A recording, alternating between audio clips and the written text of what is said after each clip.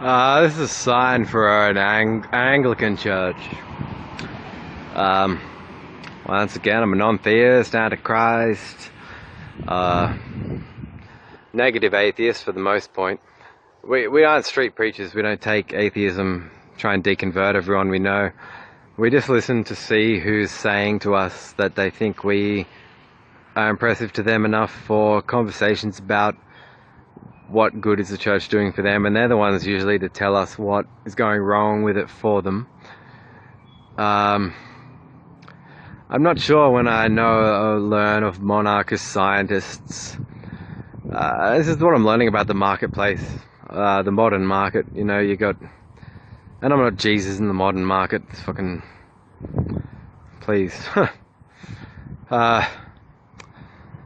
Nothing like that. Jesus is an inspiration to me, but more or less in the Gospel of Mark, where I see him as a pressed bio-open poet, a bilateral thinker in the first century who, you know, he's not saying a great deal about God in the Gospel of Mark. He's calling himself the Son of Man. He's not rising from the dead after the crucifixion. There's hardly any miracles. There isn't this whole... If you look up a Marilyn Manson painting called Trigamestus, it's got three crucified Jesus heads rolled into one, and to me they symbolize the misrepresentation of Jesus that is known, and scholars support this. It's known to be the result of the works of the Gospels of Matthew, Luke, and John, where Jesus turns from being like a pretty much human guy with ideas that offended the powers that be in his day. Clearly King Herod was amongst them. Not a peep out of King Herod's queen, who I think wanted him dead twice as much as Herod did. Or she might not have been too gutless to have her testimony included in the canon and in the Gospel of Mark. But yeah, it's like they suicide, sex crime, murder him,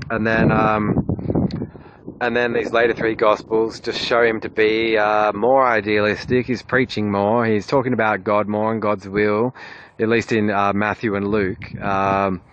He's healing the sick. He's rising the dead. He's walking on water. He's turning water into wine. He's casting out demons.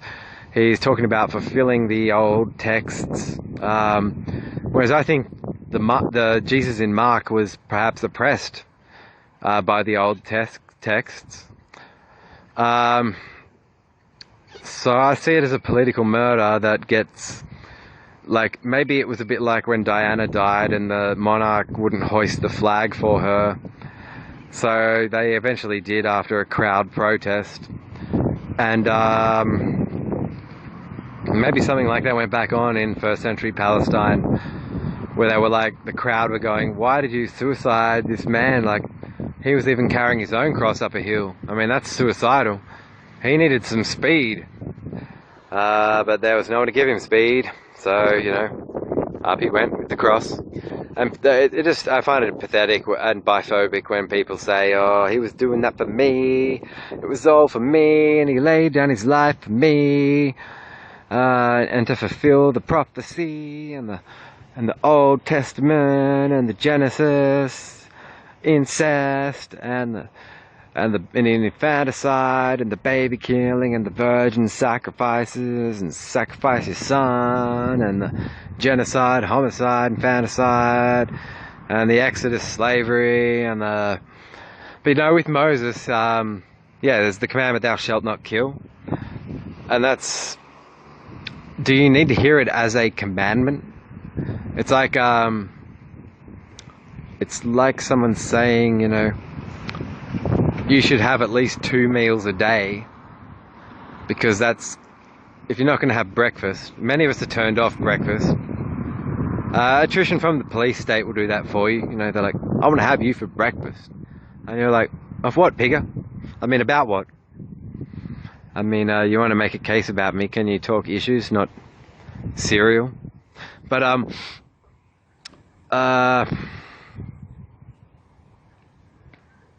I've gone off on a tangent. The commandment. I mean, does it need to be a commandment for us to know not to kill? And worse still, what happens to Moses' followers after these 10 tablets and 10 commandments are released to them? He declares them to them off the top of Mount Sinai, and then he looks at his followers, and the first thing they do is fuck off and worship a golden bull calf, which I think has been linked to Taurus the bull, which Mithra of Persia does something similar. She or he slaughters a golden bull. They were destroying what I understand to have been like a deified, you might call it an idol, but I'm not into the biblical term of an idol. I just think it was another paganist god. It's just yeah, and maybe what turned them off was that other commandment, thou shalt have no other gods before me, because this was a rampant time of polytheism. It's always nice to be able to choose your own gods, right? But so he's so disappointed that they're worshipping a bull, that Moses then goes and shatters all the 10 commandment tablets, and tells his followers to go and kill themselves in order to purify themselves. So Moses instantly violates his own commandment, thou shalt not kill. And like, how important can it be in that, even back then, to go, okay, they're worshipping a bull, now I better tell them to kill themselves to purify themselves. How pure are they going to look as carcasses and corpses? It's not very pure. And that's why I think, it's an overstatement to say thou shalt not kill should be a commandment. It's like saying thou shalt not shit on the bus or fart on the bus. Like, it's just a common sense. It's the least you could do is thou shalt not kill, or not kill, So yeah, and I think there's good arguments that evolution selects for a whole predisposition to moral awarenesses that you can see in a family that have just given birth to youngsters, to toddlers. If a toddler sees a face of distress in their uncle or their grandfather, the toddler won't even know how to speak in full sentences yet, but they'll just want to run up and cuddle an elder, a senior or an elder in their own family unit who seems to be a little sad. And the relatives are there going, oh, that's so cute, but that's actually quite smart. It's the toddler going, well, I don't want to see you like this, I want you to be happy. You think thou shalt not kill didn't need to be spelt out in stone tablets to that toddler? And you can interview American politicians, as Bill Maher did in Religulous, where he says, do you think it was that necessary to put thou shalt not kill on stone tablets in order to stop people killing? I mean, Moses goes and makes them all kill themselves after anyway, so don't you think, like, that's something that the human race would have worked out was in their best interest, in the interest of everyone else, early on and without the Bible? And this politician was like, no, I can't be so sure, who knows? Hopefully God will send his own son in to die soon, and we can all learn from that too. So yeah, that's always one way to solve the very nuanced ethical contentions surrounded with the issue and the question of killing, and if killing should ever be necessary, and if so, when it is. Soldiers probably don't think this through very much more than they did in the Bronze Age. But yeah, I just hate it when common sense ideas are attributed to a Bronze Age god who says, yeah, happy is he who will take the infants and dash them against the stones.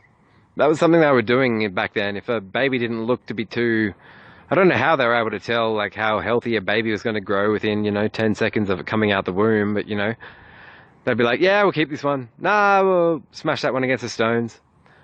It's like, okay. And is that abortion or is that killing? Like, compared to their standards, modern day abortion clinics are, guess they're prayed for more, but the abortions tend to happen before a vaginal birth. So here we are at the Anglican Church, and that's the denomination that our beloved shall I call her your beloved? Elizabeth II. She's the head of this Anglican church thing, and what does she see from her throne and you know, all these businesses wanting honours from her. Rupert Murdoch maybe wanting honours from her. Certain pharmacy bigwigs wanting to make invested in psychiatric profiles, aiming to get honours from her. It's everyone's has the right to look into their own philosophies, but you can take philosophy that you would have got at Marist Catholic College, and you can go, yeah, I know about beliefs. That's what these people that go to Christian schools will say. Yeah, we're professionals now. We're ready for the professional world. We have our beliefs. But like, have they heard of metaphysics and epistemology? Have they heard about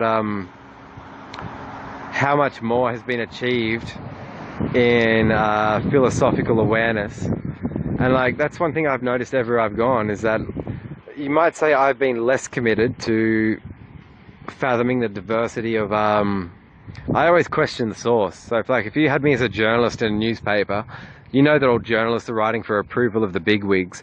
But if the bigwig is like a recluse religionist who hasn't told you that he's well into Genesis of Garden of Eden inbreeding and Jesus dying to put a royal seal on this sacred doctrine, and you know, and he hopes he gets the Queen's honours because she's Anglican and Anglican good, looking over you know, what about the post-enlightenment philosophical awareness of the Age of Enlightenment? And what about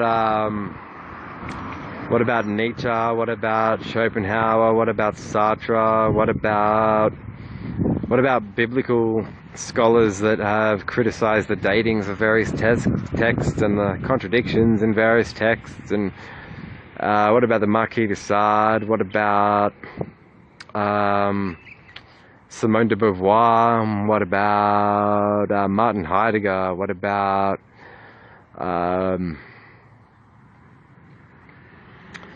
Michael Martin? What about George Smith? What about, to a lesser extent, Ayn Rand? What about Christopher Hitchens, Daniel Dennett, Richard Dawkins, Sam Harris, Michael Martin, David Hume, Descartes to a certain extent. Descartes made one discovery I was proud of. He grew up in a culture where they said, you know, it'd be a really bad thing, Rene Descartes, if you were to go and leave our churchy culture and travel. They didn't want him to travel out of his home tribe and meet other tribes. But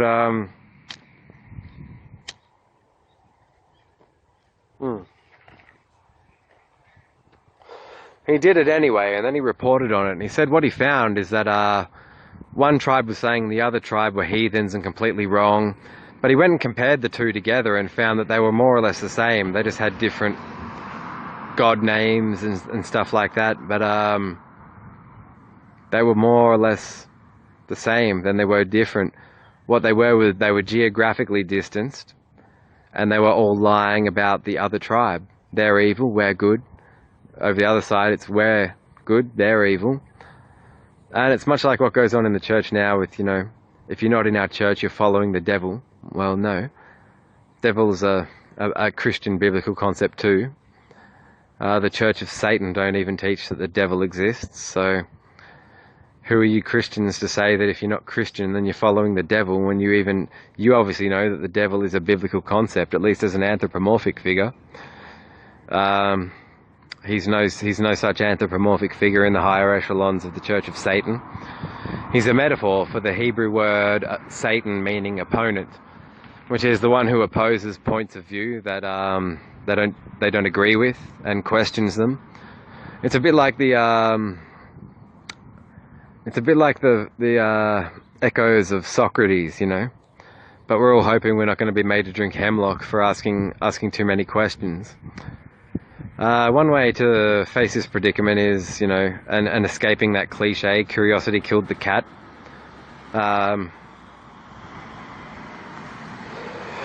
curiosity is art. Like some ideas from Sun Tzu's Art of War, I apply to my own curiosity because there is such a thing as asking stupid questions. Like if I said to you, what's the color of jealousy?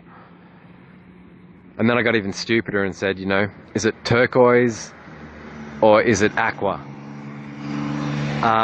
You know, there's obviously no color to jealousy in the first place. So if I false dichotomized, narrowed it down to two possible questions, you know, is it gold or is it purple? And you have to choose one or the other. Or the Anglican Church will say you're a follower of the devil because you picked the wrong color of jealousy. You know, there are stupid questions. Ask the right questions, you'll get the right answers. And that's my little take on the two to tango, mumbo jumbo, ongoing shindig, barnyard, whatever, between stupid statements and stupid questions. And I hope that 2019 is a year where we all ask better questions, the right questions, receive the right answers, and you know, make statements that we can be proud of. In terms of my own Facebook page, I got an interview ongoing hacking. It's just some people had G'd me up. I had a Bible study religious leader in high school, Alani, who would I left disagreeing very much with everything she taught me, pretty much, because I noticed her flip-flop a bit from saying things like, you know, all the world's a stage, who wants to live forever, Luke, be true to yourself always. And that was her most meaningful statement to me, be true to yourself always. But as I watched her toggle from saying things like that, and she had the heart of an artist, I like that about her, but then as I noticed her get more biblically conformist, I had to look around for other people who were gonna... I said, who's into this be true to yourself always thing more than Alani, if Alani's not really into it? And that was when I found the works of Antichrist Superstar, Marilyn Manson's album Antichrist Superstar, and I studied all the philosophical underpinnings that went into that album. And I looked at Marilyn's face and I was like, nah, he is true to himself. He could be true to himself more than... I was like, and I want to meet him one day. And that was in like 1997. So I knew the day would come back then. I was like, fuck, I am going to meet him. And then so 2003, 6 years later, I get, you know, baptized, meet him, I get baptized by him. I was very proud of the track work he'd made, because to this day he's still the Antichrist, and the work of the Antichrist is yet to be done. But if you think you know what Marilyn's philosophy is from reading Friedrich Nietzsche's The Antichrist, you're a bit mistaken, because Nietzsche was quite... he turned right against the church in hate. His writings where he says theologians just can't defend themselves in argument, they are out to save the world. You can falsify them and challenge them to the point where they got nothing to say in a 5-second dialogue. So how are they saving the fucking world? Trying to convert us. Maybe we can be even more respectful to Jesus as antichrists than all these denominations of Christians are now. And Marilyn Manson kind of reminded me of Jesus even while he was the Antichrist. But there's good scholarship behind that, because the Christ, Jesus as the Christ, doesn't really crop up until you get to the Gospels of Matthew, Luke, and John. And so in Mark, he's just Jesus of Nazareth, the Son of Man. And what does that title mean, Son of Man? Like, did all these men get around him and say, hey, you're our son, you're the Son of Man? Or was he saying, you know, I'm on my own here and I've been raised by my community more or less, but I'm trying to serve them all and help the people, and, you know, but his crucifixion is certainly not a willful sacrifice to a god, and he's not out fulfilling the plan of a god. He's not laying down his own life of his own free will. What romantic bilateral-minded poet is going to say, yeah, I love helping people so much that I'm going to put an end to it all right now and carry my cross up a hill and get nailed to it, and then as I'm screaming in pain, and they put a crown of thorns on me, and there's blood trickling down my head, and I'm approaching the last minutes of life, and, you know, or we're hardwired to reproduce and survive, so if my dick jingles a bit on this cross, can someone please hang a loincloth on that? That's no way Jesus wanted to die. And Mark doesn't even say he rose from the dead. So people later on wanted everyone else to think that he did rise from the dead. And what was that to do? It was to make it all better. The story going around that his crucifixion was a horrid injustice. So what was a horrid injustice was flipped around into a self-sacrificial gift of what they are now calling a martyr. You know, he had an ideological cause. Yet that ideological cause doesn't come up until the Gospels of Matthew, Luke, and John either. And it gets more and more convoluted as you go from Matthew to Luke to John. So they're putting words in his mouth 20 to 30 years after the Gospel of Mark is written. And we're supposed to suppose that this was what he stood for. No, this was when religion crept in and convoluted whatever it was that he was trying to stand for. So look up the Marilyn Manson painting Trigamestus. It should make you think about questioning more the veracity of those three Gospels, Matthew, Luke, and John. And Luke will look very fake. Like, I've come out with that and gone, well, yeah, I was named after the Gospel of Luke. But, you know, I very much feel like I'm true to myself, but I'm named after a fake name. My surname is more important to me in many respects, morally, than my birth name. If my stepsister Danny, who's my switched on art and hopefully philosophy stepsister friend, she might like some of my thinking, or maybe she'll think I'm just blabbling. Maybe she'll remember when I choreographed the Bad Loves Green Limousine dance at the back at Reardon Street, and she danced and sang very well. It was the least I could do. She got me into Roxette, Martika, the Bangles. Very fond memories of Danny, and I miss her.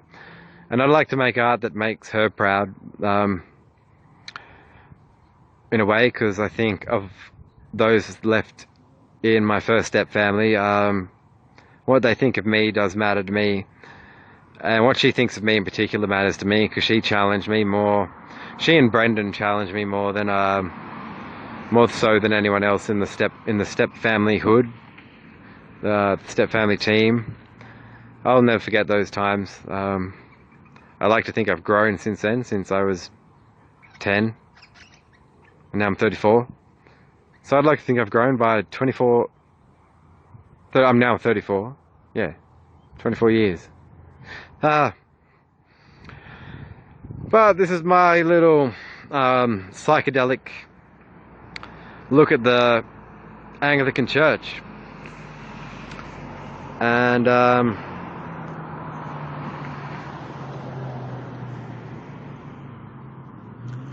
that's the beauty of this sign. They can't tell. Is it a thumbs up? Is it a middle finger? I want everyone to enjoy this sign, you know. People won't know what you mean by it. Maybe they're not meant to.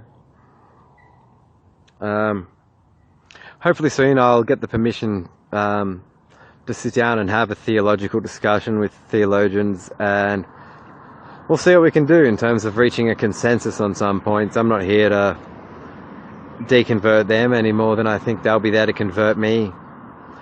But it might be an interesting discussion, and if it is, I'll put on YouTube for all you pretty things out there. This is Luke Banton. Take care and enjoy your evening, my friends. Peace out. Hello. So, now January of 2019, and part of my mind is still locked onto wanting answers and all the riddles solved that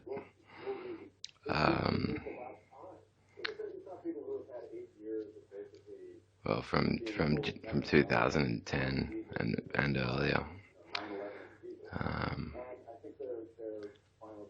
due to various hacking matters and an overdue bill, I'm pretty much keeping in touch with people via data, so Facebook and Messenger, things like that. But I would still like to know what became of many stolen items from my former house in Downer. That included sports bag and photographic memorabilia, birth certificate, possibly some clothing.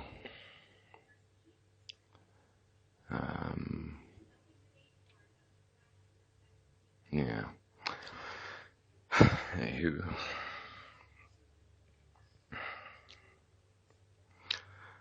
This will probably be the 12th and final talk clip, part 12, and then I will assemble them for upload. Peace.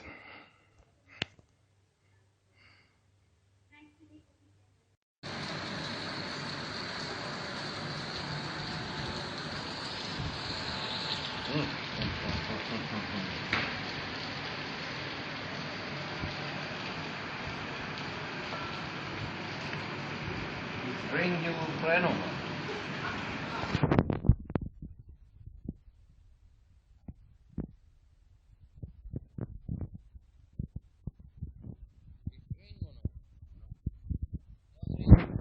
Can you?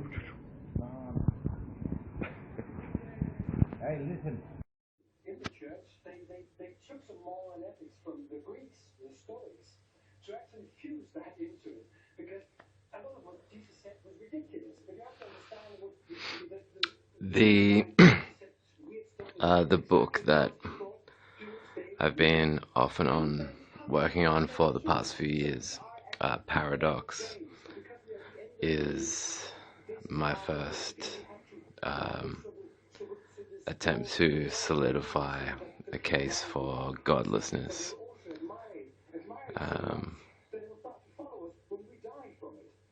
which has always been explicitly my philosophical standpoint since leaving church around 1999. So we'll look at logical absurdities that are integral in the claims of Christian theism, as well as posing a broader question that is rather simple, which is, are the logical implications and ideals put forward by supernaturalist Christian theism more or less tantamount to biphobia, various forms of biphobia?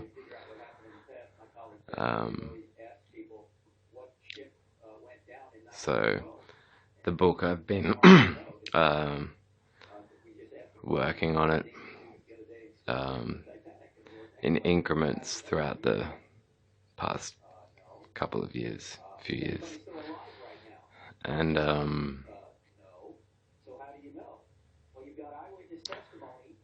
yeah, I'm trying to make sure that it represents the kind of the culmination of all the debates that I've been involved in, and most of the key topics in those debates, which was quite a learning experience. It certainly confirmed some suspicions I had about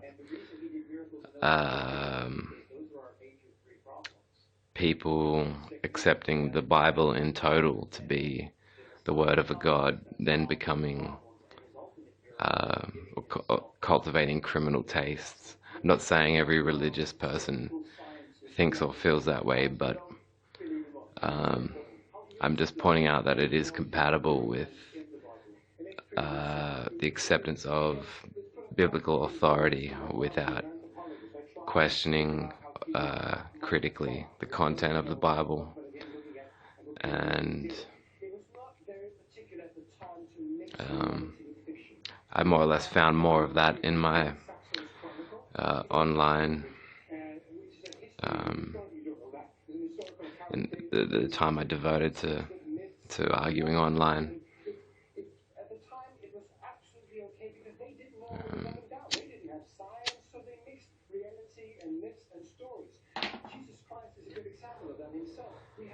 For me, I think you've got to be separatistic when you criticize the Bible, and certainly not count the whole book together as a single unified volume. I know there are companion sort of tribute books that try to do that, like the Harmony of the Gospels, which was a book I remember from my teenage years, which was a book that tried to argue that the four Gospels are all more or less synchronous, which I disagreed with and still do disagree with.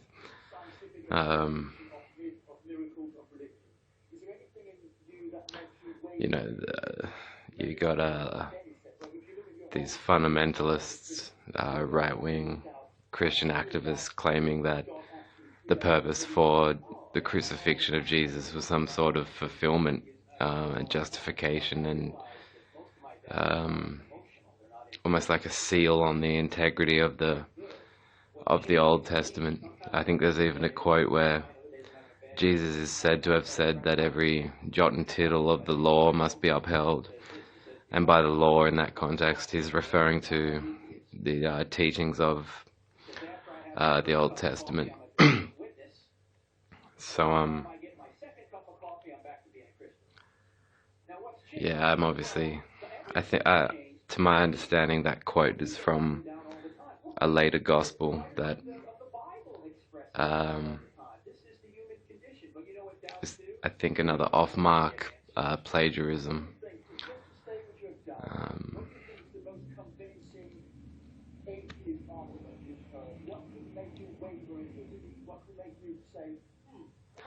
But yeah, so the book will hopefully cover all the key points there that Christians are making, and that the atheistic movement, if you want to call it that, is rebutting and falsifying in response.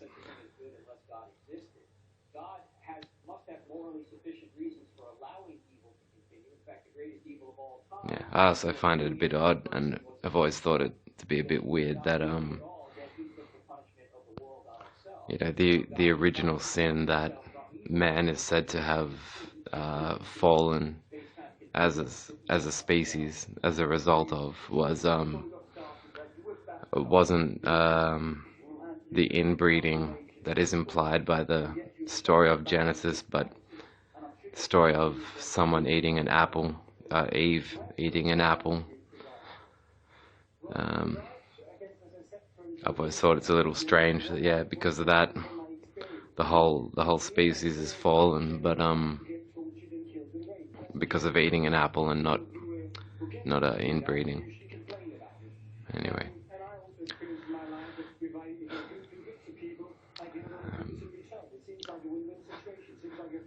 So anyway, there'll be all entertaining points like that and more in the book itself. Yeah. Maddie is calling. Beautiful. Yeah.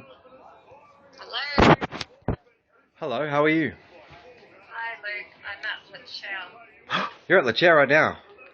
Fuck. I'm not going anyway. You spend your time with Maddie, but when you want to join for a little bit, you're welcome to come down. I can't have a late though. That's okay. Hello? Yeah, I can you hear me?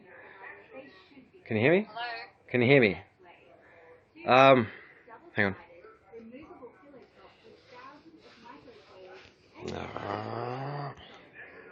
Pharmacists and drug dealers who taught me about drugs and sharing them with the ones you love.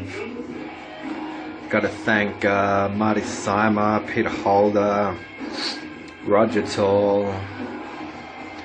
Got a death threat from him.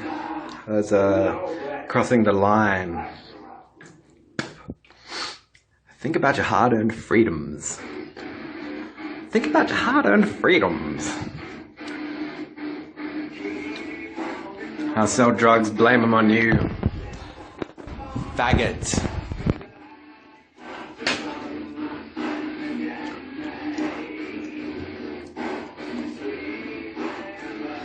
Roger, come to my house if you want to fight. Just come here. Front door. Just you. Don't send a dispatch. Mono a mono.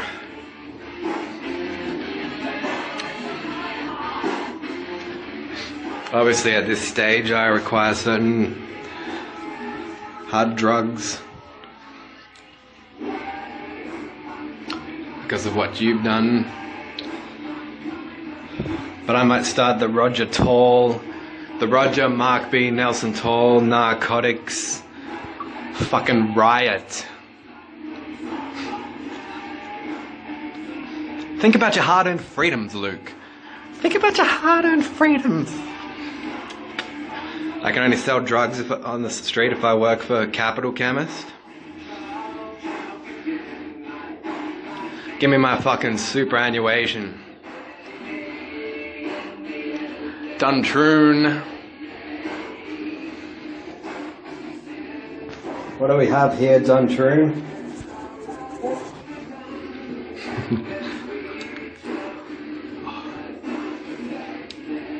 All those pharmacists that are into illegal dispatch of illegal and prescription drugs, I gotta say thanks. But if you try and flip hypocrisy onto me, there'll be no end to what I do to all of you.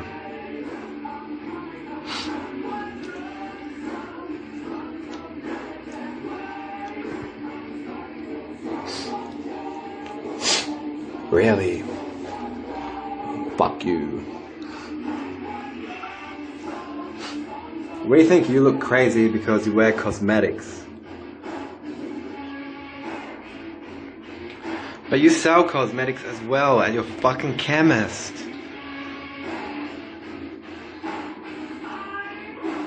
And Elizabeth Breton.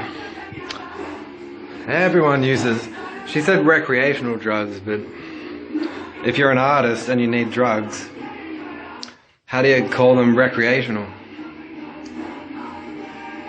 You create profiles of sick people. I create music. What's the fucking difference?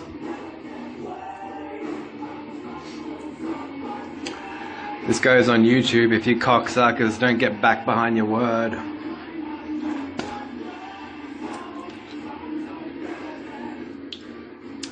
Peter Holder taught me a lot of two-faced things about drugs.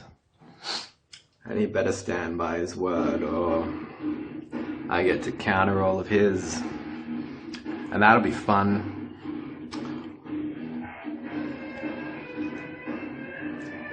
Here's to Capital Chemist with the glory of drugs. What do you think I learned about drugs, church?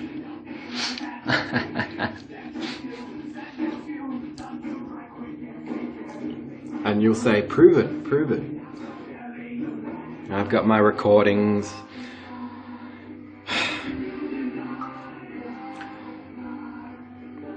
And Roger said, you're a homo, so your responsibility comes from the rebellion against your own sexuality. Which I disagree with, but the offers to use and trade drugs and share them with friends, that was very kind of them. You just can't dictate sexual orientation. Roger Tall, this one's for you.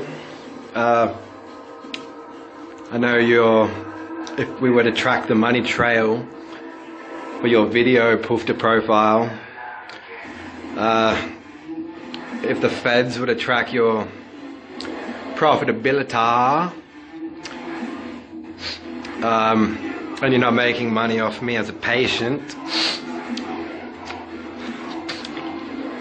So destroy the profile, or I'll inform the press about all the drug dealing you endorsed while I was your employee.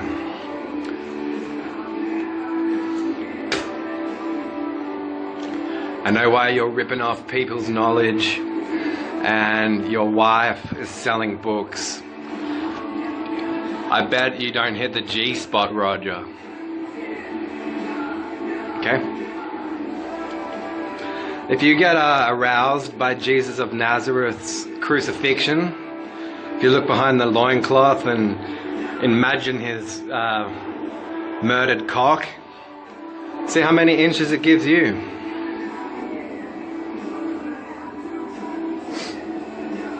Is that why Maxine walked past me in solitude?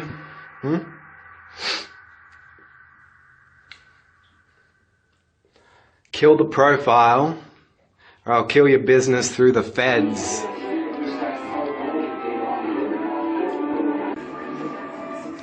I'm really, in a sense, recovering from the 8 years of what Capital Chemist made me.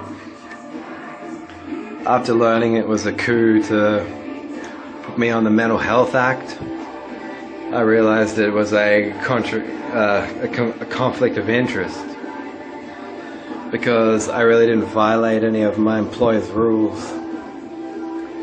So I'm questioning what Roger told means by guilt after the fact, because all I can really say is after the fact of doing what you told me I could do. That's a conflict of interest. That's why you're too afraid to come to my door. You once called me a hero, Roger, which I suspect you called yourself elsewhere, talking to a friend of mine. Defend yourself, hero, you said.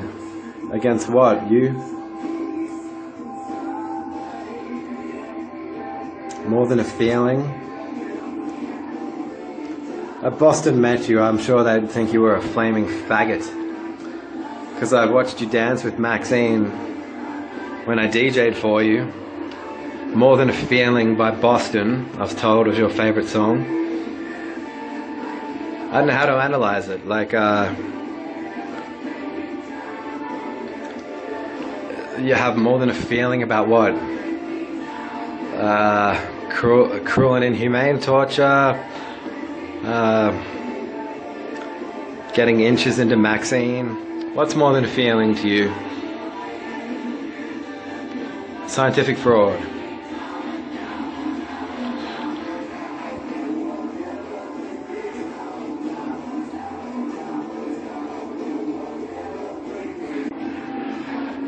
So this military pharmacist was like, in the pejorative sense, she would say, you can stick it up your ass.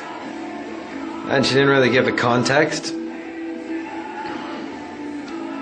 And so I don't think she had any intention to preoccupy me with a unsolved case that I've tried to resolve, and in cooperation with policemen who I think are reliable. I think I can sense the ones that are Bible bashed. They'll always misjudge me, but I will cooperate with policemen who are genuine, rational, logical, and not mandatory of belief systems or supernaturalism, because none of that matters when we're trying to make sure somebody's safe.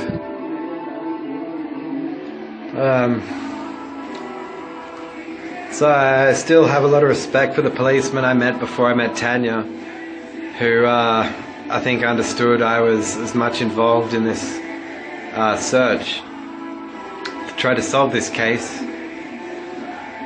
And that's why I think in general I'm more inclined to trust terrestrial policemen than military policemen. Especially military policemen who believe in theism. They believe in God, yet they will call you their God. So You know, you try to make a considered effort to understand theism and who God is, and then fucking cops intercept you, call you a faggot, tell you it's because of your genetics, tell them you're praying to satellites. I'm like, just give me my Privacy Act. Because when these fuckwits investigate you, they go, well, we're spying on his right to privacy. And because of cliches like judge not lest thee be judged, they're going, well, we're looking into Luke's private life, and since that's illegal, we're going to just conject that he has interfered with somebody else's private life. And that's the price that I think, well, I think it's an element of hypocrisy, connotative and annotative to the observer effect. Because they're like, well, what are we observing him for in violation of his privacy? Just getting your Privacy Act crossed will just lead to misjudgments, because the person crossing your Privacy Act understands he's not allowed to. So he'll only be thinking, well, what's he done as we invade his privacy? And, you know, by now they've been through my computer and they've seen that I taught myself sort of a pseudo-profiling language to prove a theory of mine that hearing the voice of God can have people essentially enslaved by the Bible. So if they think they're hearing the voice of God out of the passages of the Bible, they'll be open to potentially approving of genocide, homicide, infanticide, rape. Rape is a due process to a courtship, which is a statement I would love to see Queen Elizabeth II talk about, as she says that there's the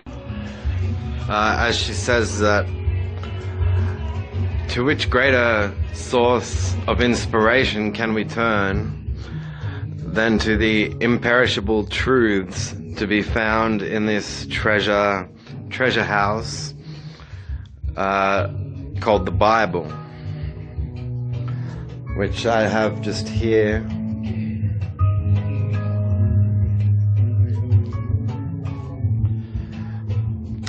So she seems to think that it's true. Its words are imperishable truths, and I think she's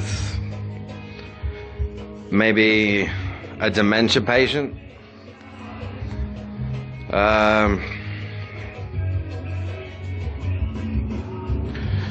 I mean,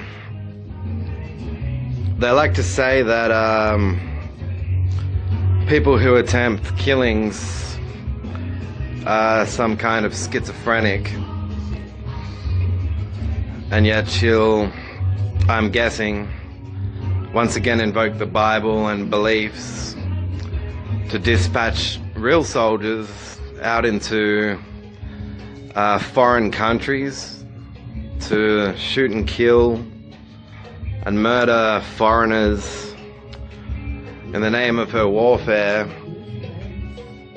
She should tell Australia what monarchism is about, independent from pointing everyone back to the Bible, or else it's going to be more difficult for people to have any kind of respect for her. Calling people like Jesus of Nazareth a martyr just proves a number of things. It proves she's in favor of the murder of a man in the Bronze Age called Justin Martyr, who died in 165 AD. Or it proves that her army have been getting ideals from German philosophy, because the Bible doesn't really even call Jesus a martyr. So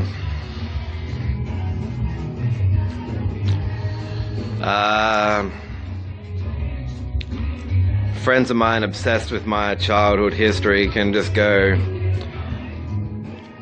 find a cop who loves the Queen and fillet them for me. See if you get honors from the Queen if you find a member of the Queen's Guard and fillet them. You can perform oral sex on them away from me in my house. You can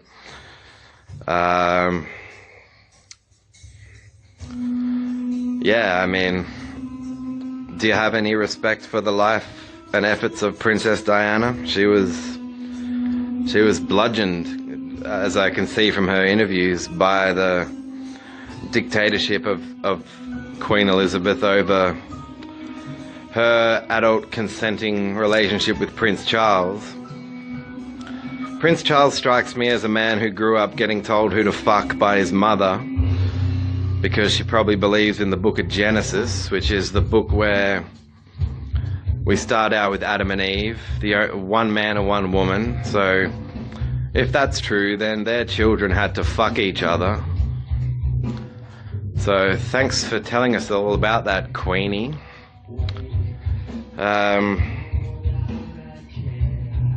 You know, inbreeding is scientifically shown to be a means for species to die.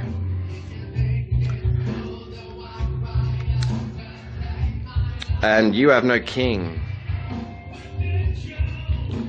It's so hard for me to imagine why Queen Elizabeth II has no king. My best guess would be that because of what she believes in, there isn't a man on the planet wanting to have his penis anywhere near her.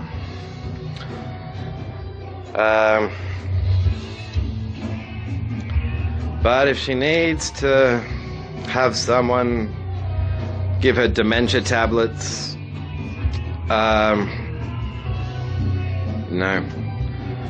Suppose I'd have to, out of some sort of duty of care. But there are plenty of us who, no matter how hard we might work for a company, if the Queen said you've done so well, you deserve a knighthood, we would say no. Take your knighthood, fuck yourself. Just fucking, you're too old. You're too fucking old to rule your own son. And like, look at his ears. His ears grew out like satellite dishes because he was probably going like, Mum, stop telling me who to fuck. Can't I choose for myself? You know, it's pretty clear that Elizabeth II got in between Prince Charles's choice to love Princess Diana and started telling him to cheat with Camilla and these wrinkly ferals. Just in principle, I think a mother telling her adult son who to fuck or sleep with is it's Bronze Age morbid.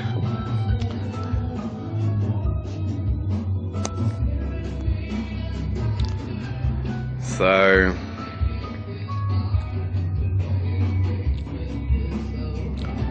yeah. As far as your Christianity goes, praying to satellites and cops playing God, you obviously know quite sorely that I don't believe in you.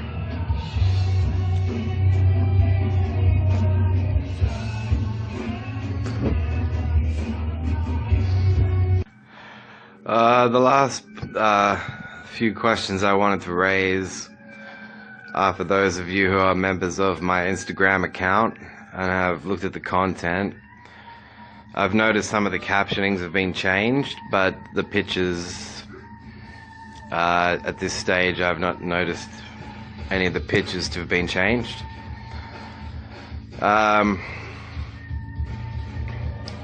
I think it's possibly a price that Roger Tall pays for all his immoral gay bashing of people who aren't even gay, that when he poses for a photograph in the City News magazine. You can see him standing there. You can see it on my Instagram. He's standing there holding he's holding a girl's purse.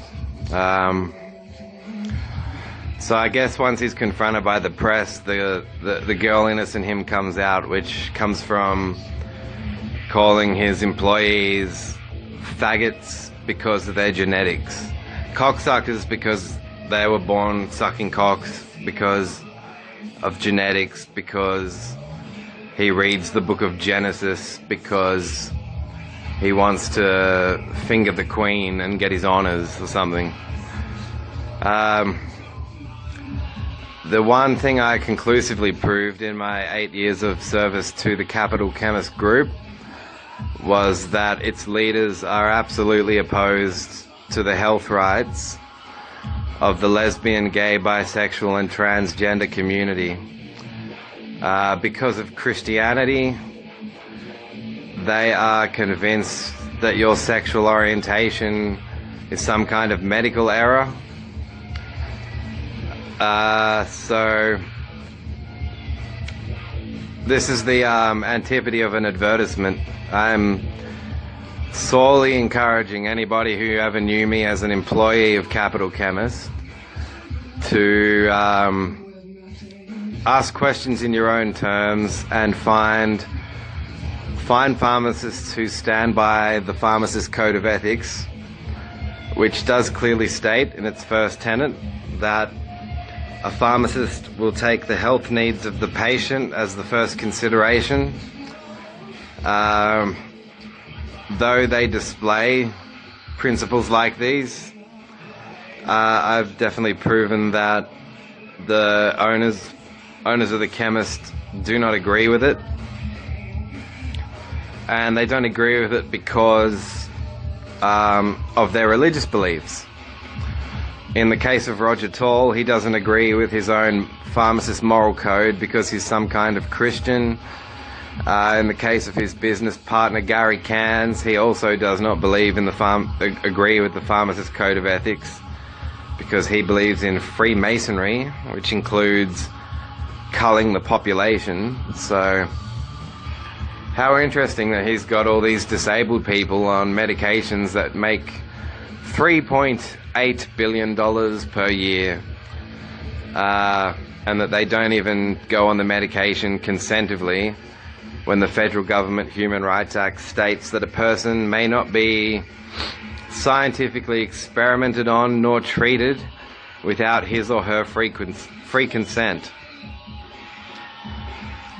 So if you're going to go and attend to a healthcare profession, please know that the federal government charter says it is absolutely your right to refuse being tested on or to be made into a medical experiment unless they're criminal against the Human Rights Act. They should be asking you if you feel comfortable telling them what you think is wrong with you. Otherwise they've got you corked by your best guess. Now in Roger Tall's case, the reason he gets away with this constantly is because he's also a military policeman, or in some kind of league with military policemen. So he can always back up and say, oh, it's a Australia's a monarchy, I've got my rights. Which I've observed him to take to mean, I've got the rights to tell you why you're sick, irrespective of what you say or how you feel. That's why I cannot work for him, and I am destroying in my own dreams the memory of pretty much every second that I worked for the Capital Chemist Group. So please don't say, oh, because Luke Banton worked for Capital Chemist, they must be a good group.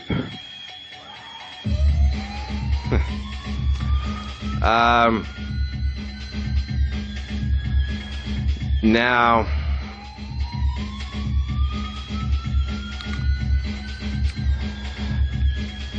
Another interesting point is that